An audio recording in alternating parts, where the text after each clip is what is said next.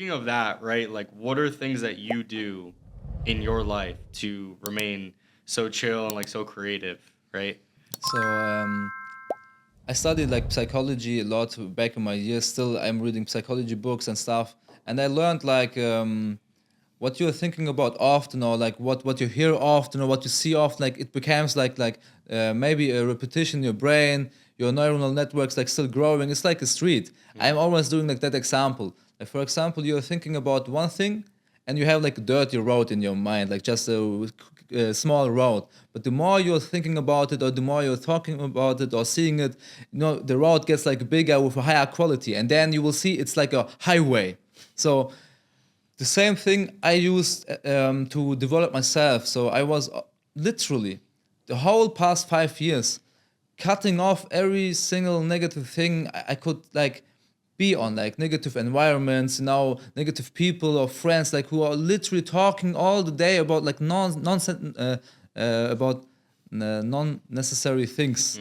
And I was always listening to podcasts, and like yeah, like maybe it sounds like a little bit cliche, but like motivational quotes and stuff, like but very deep stuff, and then philosophical stuff like from Ellen Watts and all the other great people.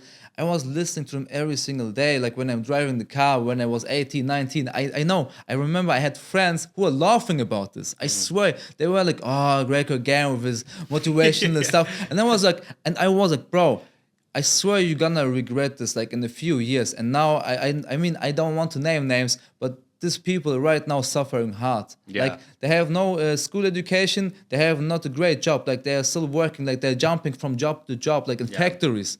We're same age. Imagine. Yeah. And like I am here on the podcast sharing my knowledge. Now I have a community, people like looking up to me. I am looking up to other people. Like Right. I am in the flow while they are You're in like the they're crumbling God right flow. now. You're, Yeah. you And they're know. like crumbling. Yeah. And why? Because they were not appreciating like the details in life, while I was like trying to appreciating details, trying to learn, like absorbing like good stuff to me, because I learned, bro, everything you hear or you listen to is still in your mind, like Right.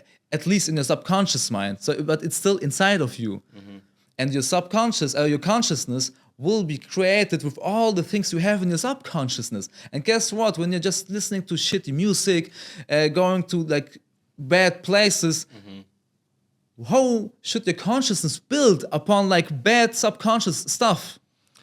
That's why the music's an interesting one.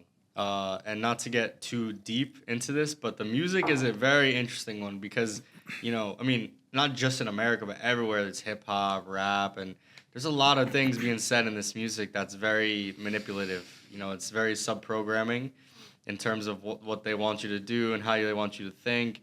And I've cut it all. I'm out. Like, I'm out of the music game. I'm listening to, like, jazz and, like, saxophone music, right? And, like, deep house beats. Like, I'm not in the lyrical game anymore. Not to say that you shouldn't be, right?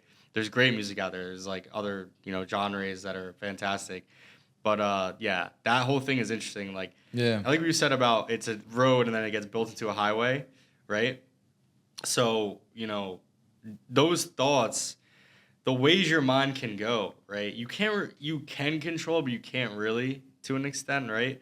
So, yeah, you're cutting off people, you're cutting off things that you deem as negative in your life.